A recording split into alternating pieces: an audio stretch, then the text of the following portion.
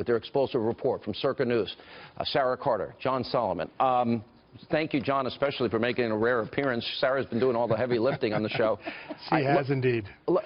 This is very important. Now, how is it that Evelyn Farkas, Sarah, who left the administration, is talking specifically about surveillance? It seems like she's admitting the surveillance that you've been reporting on and John's been reporting on, that took place of Trump transition team members. She's admitting that they unmasked them because they're Trump transition team members.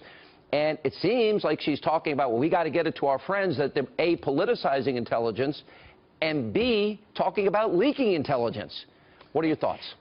My thoughts are, you know, with the story that John and I broke today with regards to how the Obama administration loosened a lot of the regulations that protected the privacy of Americans. I mean, this was going back all the way to 2011. Remember, everyone thought for a long time, and once it was revealed that in January, when Obama expanded Executive Order 12333 to all the agencies, everybody was just focused on that. But nobody was focusing on what happened before that. And I think with what John and I were able to show is that, look, it didn't happen just in January. That expanded it even further into all 16 agencies. But in 2011, there was already the unraveling of what we consider our privacy rights. And then again in 2015, it happened again.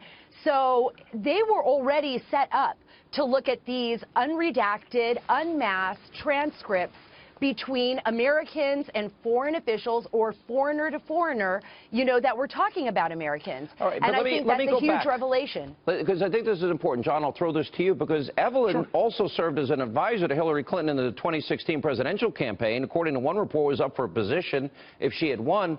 So she's out in 2015. We're talking about 2016 here. How would somebody that was once a rather low-level official, with no offense to her, she's serving her country, how would she have known that there was surveillance of Trump and his transition team? If you break down, if they found out how we knew, what we knew about the Trump staff dealing with the Russians, wow, how would she possibly know that outside of government now?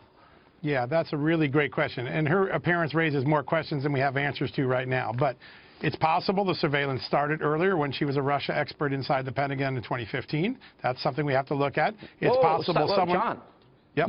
What you just said, they could have been surveilling in 2015? Certainly possible. Listen, we don't know, so I don't want to leap to any conclusions, but that's one possibility. Another possibility is someone passes information along to her. It could be some of the information she has isn't classified at all, though she used the word intelligence, so that's a red flag, right? I think her appearance on that show is going to raise a lot of questions, and we may not know the answers to them for a little bit of time, but there's certainly some important questions that she's raised in that appearance. Let me go through a quick bullet point list and ask if you both agree. Do you both agree she's admitting surveillance at least of the Trump transition team and the president-elect took place? She seems to confirm that. Do you both agree with that? I'd say, listen, there are many different ways you can find out what's going on overseas. Surveillance is one of them. Wiretaps is one of them. Intercepts is one of them. Sometimes human intelligence is another one. A foreign government comes in and said, hey, we found this out about an American. If they found out how we knew what we knew, that would compromise sources and methods. Right. That's but sources and methods could be humans, too. It doesn't necessarily mean surveillance or wiretaps. It could be one of many different ways. And it's also it may be all ways. It may be all of those ways. Right. They may have utilized all of those ways. Okay, so it seems to acknowledge surveillance took place. Had to. How else would she know this information? Some sort of surveillance. That's the only way that they'd get that. All right. She's also revealing when she talks about if they found out how we knew, what we knew about the Trump staff dealing with the Russians, doesn't that mean some unmasking took place of some kind? Sarah?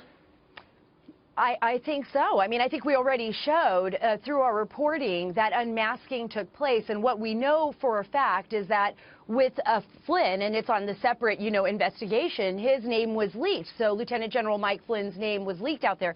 So we know for a fact unmasking took place. But what unmasking was it? Who was unmasked?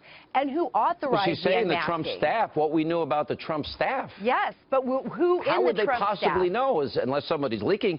Now, then she talks about, I knew it was important. I was urging my colleagues on the Hill to keep this information, gather this information. Who are these colleagues? Do they have security clearances? Should they have access to this information? that would be, if you leak any intelligence, even if it's to a member of Congress, wouldn't that still serve as a felony under the Espionage Act, John? If it was transmitted through channels that were not authorized, absolutely there could be criminal conduct. If it wasn't classified, there may not be. There's just so many questions we don't know, but I will say that her appearance raised more questions, and I talked to some people on Capitol Hill late today that were telling us they have the same questions. They're going to start asking their colleagues, the Democrats on the Hill, were you taking information from this woman and her friends? Is this possible? Now, we all can go back to Watergate. And by the way, number one, it proves Trump was right. There was surveillance. We now have confirmed through you guys, James Roseneer of Fox News, and I think this also backs us up. Trump was surveilled. He was right in his tweet that he sent out that day. If we go back to Watergate and we look at Watergate, wasn't that about a break-in, about a political opponent? Didn't that become a big scandal and a president resigned? My question to both of you, do you think based on where this story is now, this has the potential of being even bigger? If we're talking about surveillance, unmasking, leaking intelligence, even bigger than Watergate? Is that a possibility where this ends up?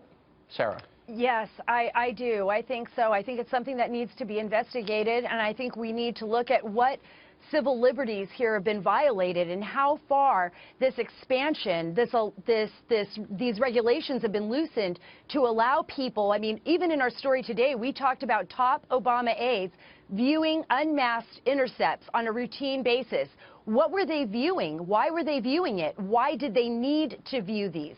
Some may be legitimate, but if we find out that they were just viewing conversations between, even then, you know, President Trump and other foreign officials and members of his team. That's illegal if you don't have a warrant for President Trump, even if it was picked up incidentally. John, how big does this story potentially get? You know, a couple weeks ago when Democrats were throwing Watergate around, I said the same thing on your show, which is, listen, Watergate had a lot of crimes in it. We're a long way from proving crimes yet, but I do think that there's wait a minute. really... Don't you think a crime committed with releasing the intelligence information on General Clinton, isn't that a felony?